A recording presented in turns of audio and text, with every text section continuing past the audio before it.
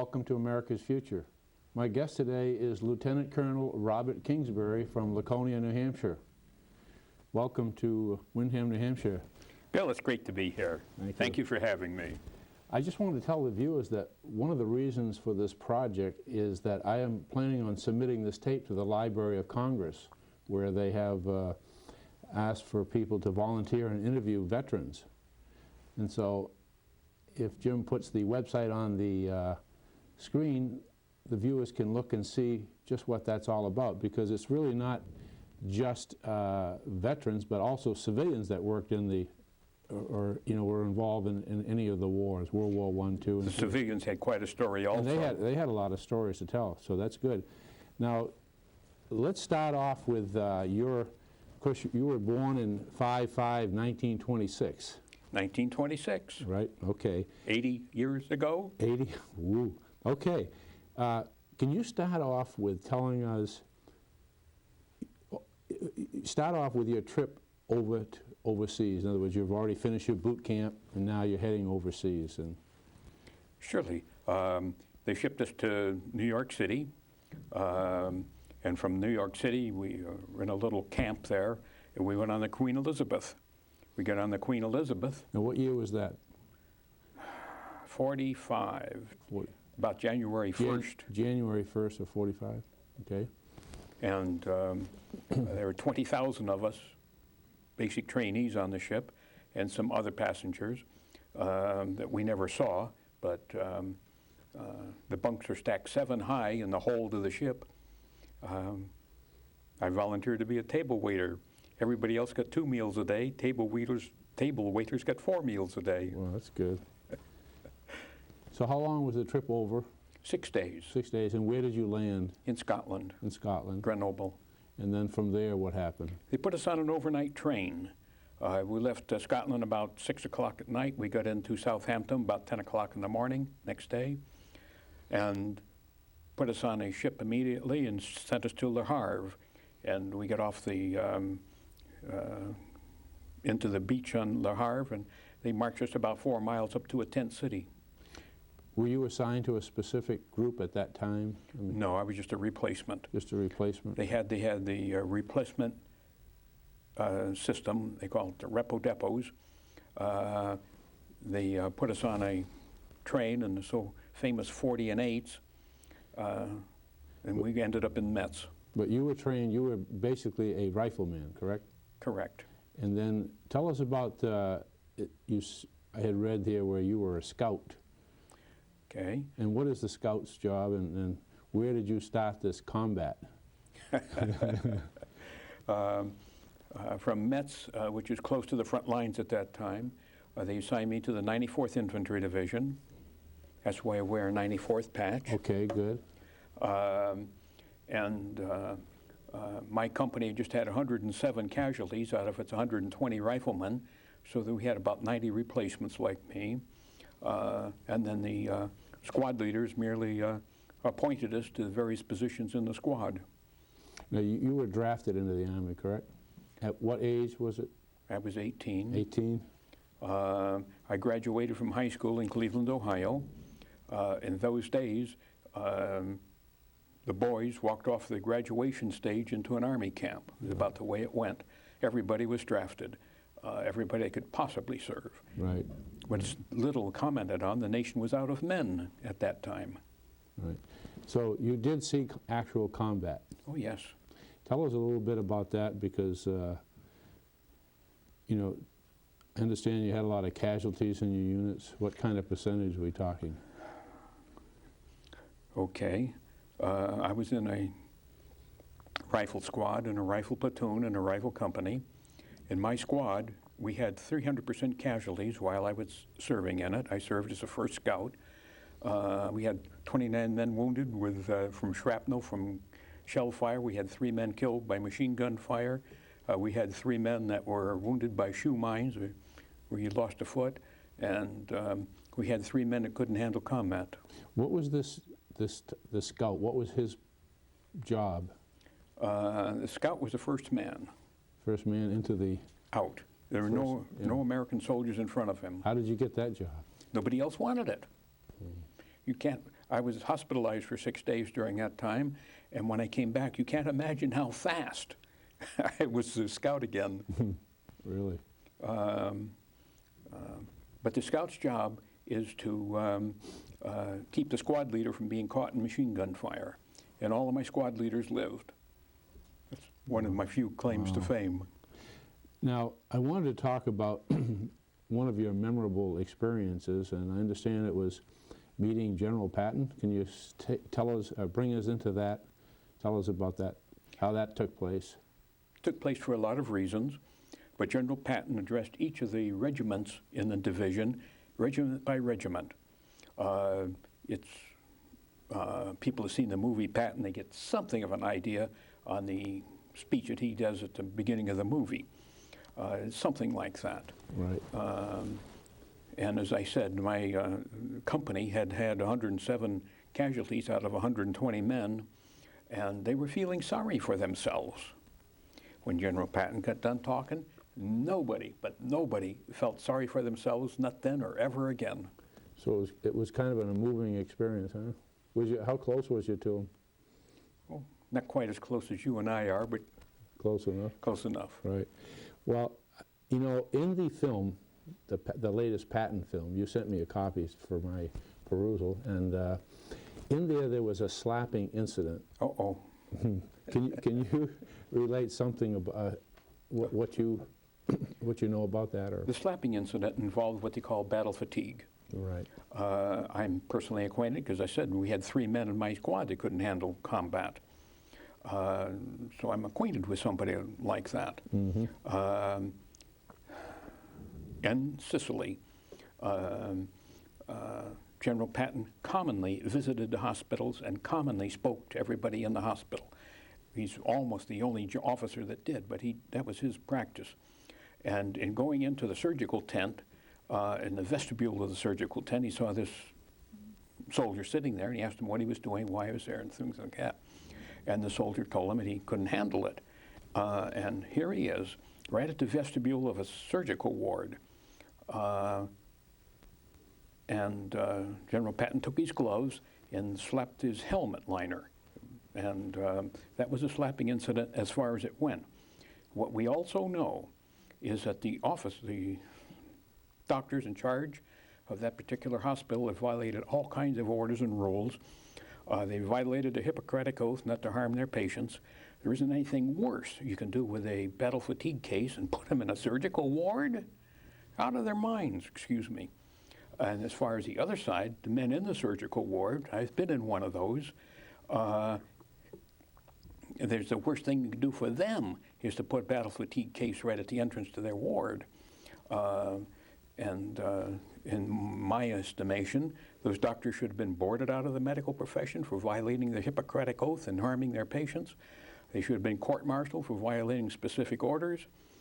It also comes to point, at a later time in Europe, the First Army had more battle fatigue cases than they should have, and that was General Eisenhower's problem then. When General Eisenhower ran into the same problem, he didn't slap the guy's helmet, he had him shot. It was Private Slovak. Wow, yeah.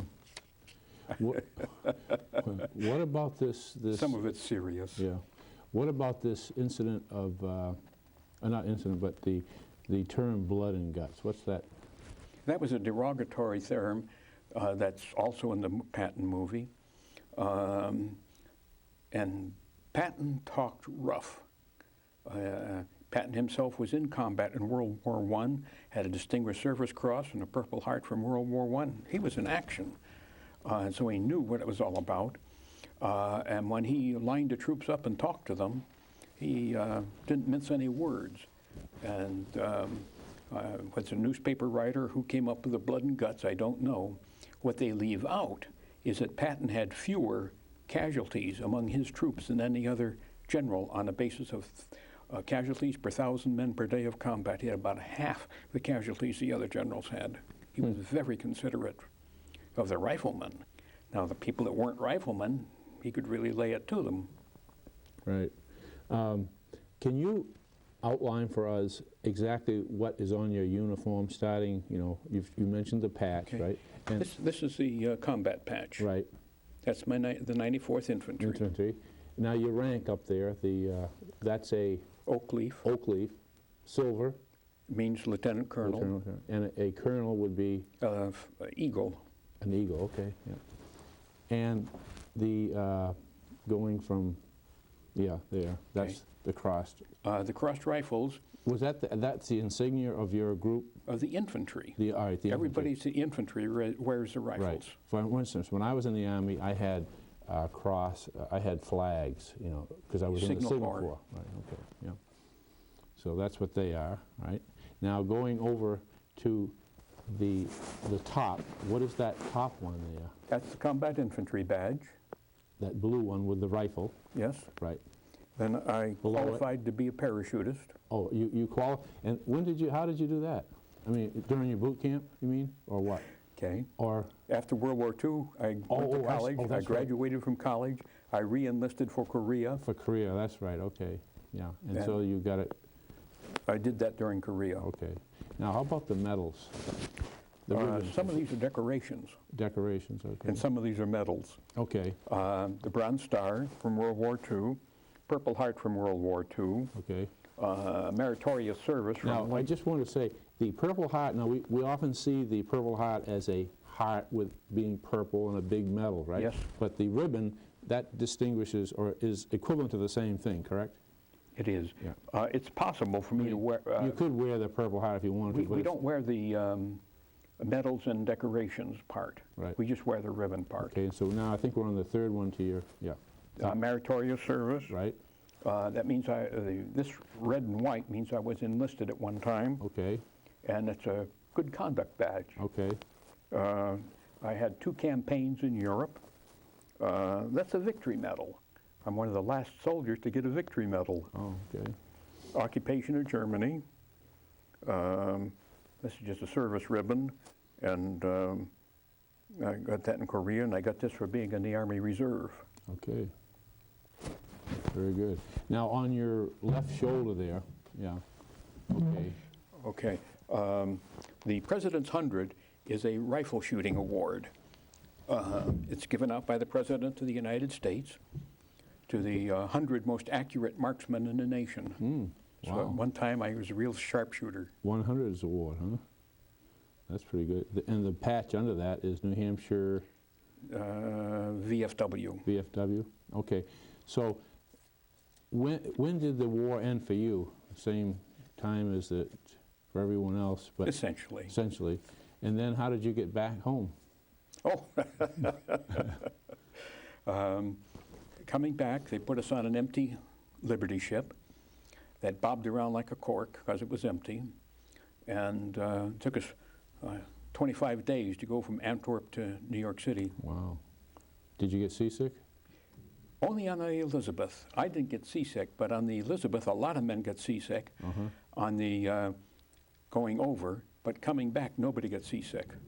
Right. And we ran into one North Atlantic storm after another and didn't bother anybody. Really? Good. Because I remember the sea. I was in the Merchant Marines for a time, you know, and I know what it's like to be on these ships out at sea. Yeah. When you were in combat, how was the opportunities to receive letters or write letters back home? We had a reasonable ability to write letters. On the outside of the letter, we just put our signature, and we had free postage. The postage was no problem. And the letters were all censored, and it was a special lightweight paper thing where you would fold it up and it made its own envelope. I see. How much pressure did you feel under combat? Stress? None. None? Took it in your stride? Or were you too young? In part, I was too young to know anything. I see, yeah. Now, were there any chances for you to get any leave or liberty or recreation or? In a straight leg infantry division, you get nothing. Other divisions did, but with the infantry I was in, they put us in combat and they said, there they are, go get them, and they never changed the story. Then let's move on to the Korean, what are we going to call it, a conflict or war? Whatever. Whatever. Tell us how that came about. You enlisted, Oh, sure, I'll tell you. Well, you were discharged from the Army right after you got back, I was out. and then you rejoined to go. I graduated in June of 1950 with about 300 ROTC students that had graduated at the same time. They were second lieutenants of infantry. Graduated from what? University of Maryland. Oh, okay. The ROTC graduates were second lieutenants infantry. Right. They're nice enough guys, but there wasn't one of them that was, as far as I was concerned, capable of doing much in combat. The war in Korea started, and I could picture those whole train loads of high school graduates like we once were going over to Korea, and I knew I could do a better job of being a combat leader than they. So I re-enlisted for OCS, and I was commissioned. And then I served stateside. I served in a training capacity. During the war. All during Korea. Yeah. So how did your rank start moving up? Okay. I was separated when the war in Korea was over. And I'm going through the separation center, came to a table like this. I guess I won't say exactly what I said, but you get the drift. And the sergeant behind the table says, "Lieutenant," he says, "you want to sign up for the Army Reserve?" I said, "No, I want to get out." And he said, "In that case, you revert to second lieutenant." I says, "Oh, wait a minute. I'm never going to be a second lieutenant ever again." And so he said, "Well, then you have to." So I signed up for the Army Reserve, and I served another 25 years in the Army Reserve. Wow. And where was that? Various places. Very good. What I have here, about 17 or 20 pages of a letter that you wrote to a Professor Harding Gantz at the Ohio State University in Newark, Ohio. And it starts off, it says, "I was a rifleman, first scout of a rifle squad for General Patton." And it goes into great detail. And we don't have all that time to go into all this detail, but you're offering this up as a Microsoft.doc file that I have on my computer, and if anyone of the viewers would like to see it, they can email me and get a copy. But tell us a little bit about this Professor Gantz and how this letter came about. Okay, the main fighting I did was against the Siegfried Line, and we'd make some advances against the Siegfried Line pillboxes, and the Germans would counterattack using the 11th Panzer Division. And we defended ourselves as best we could against the Panzers, which wasn't very good. I mean, they were very successful. So after the war, Professor Gans was in the United States Army. He was in the tank corps. He was a tank lieutenant, and he served in the German Army? Oh, in the American Army. American, okay. Although he has a German-sounding name. Yeah, right. Well, they called him Panzer Gantz. Okay. The German word for a tank is Panzer. Right. And he got acquainted with the 11th Panzer because we were having reunions with the 11th Panzer also. Okay. And I went to 2 or 3 of the Panzer reunions. Spooky experience, I'm telling you. Professor Gans, having been a tank man, was interested in what the 11th Panzer had done, which is extremely good. And they kept to calling him Panzer Gans because he was interested in panzers. Mm-hmm. Since we were in combat with the 11th Panzer, he became interested in my division, which I'm a member of, so he's interested in what I was doing. And I'm in correspondence with a captain from the 11th Panzer who was in Texas, and we got acquainted. So you wrote him this letter, and you told about your complete. It's mostly a complete dossier on your experiences going over on the Queen Elizabeth, coming back on the Liberty, and then actually a lot of combat experience in here too, right? So it makes some good reading for any of those who are interested in it, and they can get it from me, like I said, from email. So tell us a little bit about this, the riflemen going back to General Patton again, and in his command, what was it like, from relate maybe a couple of experiences if you can. Do you remember? I'm sure there was enough. It's just so difficult to get into some of the details, Right. Without setting things up a little. Right. We took our 10-man squad on the line, and we had one man that couldn't handle combat, so he got shipped back to the evacuation procedure. We had 3 men that stepped on shoe mines and lost a foot, so they were evacuated. And we had another man that shot his index finger off, supposedly accidentally, but it didn't seem to be much of an accident. Mm-hmm. And so our 10-man squad was down to 5 men. We were in a new position, so my squad leader took me, and he and I went on patrol. We went on patrol to the left to see where our troops were, on the right to see where the next squad was, and we went forward to see where the Germans were, how far away they might be. That was... Well, when the war ended, where were you? In Wuppertal, Germany. And how long did you stay there after that? Oh, maybe a few weeks. Then they shipped us to Czechoslovakia. But at the same time now, the Pacific War is still going on. Yes, it is. Right. And what month was it that you left? The last time we were in combat was in March. March. And we were in Wuppertal, and we went to Czechoslovakia. Great. So how about, did you get to use the GI Bill when you got back? That's how I went to college, on the GI Bill. You went to that University of Maryland, right? What did you study there? Animal husbandry. Yes, I think back at that, and you know how expensive colleges are these days. Mm-hmm. Colleges were tuition for a semester was $170.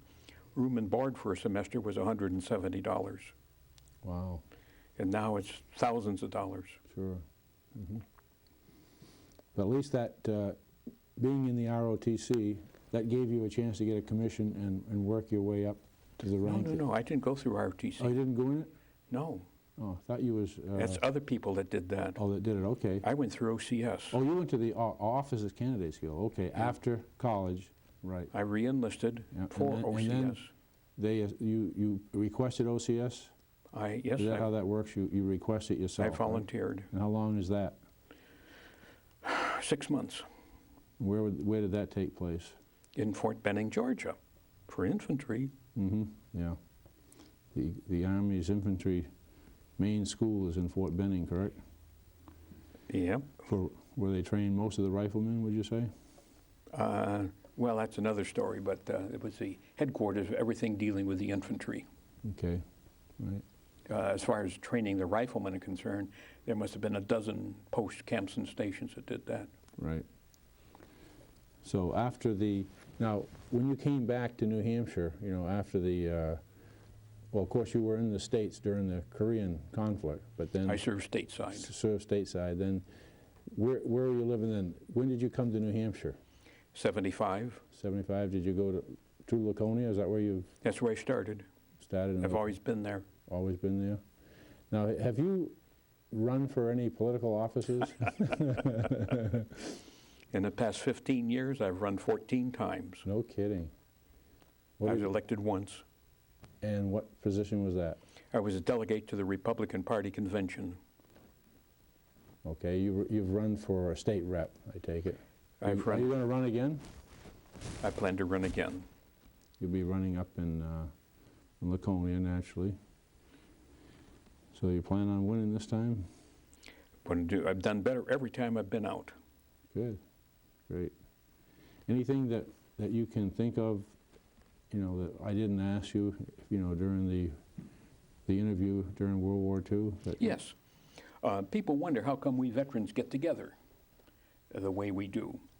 The one thing is that we kept our word when we were in combat. We kept our words to each other, or we died trying. And so for a time, we lived in a truthful society. And while the situation in combats are terribly distressing, being truthful made all the difference. And here in the civilian world, especially in the political world, truth is not very prevalent, and so it's a bad scene in that respect. So we get together because we remember what it was like to live in a truthful society. So do you have regular yearly events or something around that, or 5 years? Yes, we have an annual meeting in my division. We have a New England chapter, and the New England chapter gets together twice a year. Twice a year? Where do they Spring meet? and fall. Usually in Connecticut. So I'm sure that each year there's one less veteran. I understand that we're losing 1,500 per year. Veterans, that's why the Library of Congress would like to get as many interviews in, you know, while the time is... I thought it was 1,500 a day. No. A year? Mm-hmm. Okay. So, well, listen, just to wrap it up, I'd really like to thank you and for your service. I guess the reason we're here in this studio talking about it is because of your service to the country, keeping us free. So let me thank you for that, Mr. Kingsbury, and thank you for coming to the studios here and do this interview. It's been an honor. I'm pleased to have been invited. And I'd like to thank the cable studio, Jim DeDonner and his crew, for the volunteer work that they do. Thanks for this opportunity, and thank you, the viewer, for watching.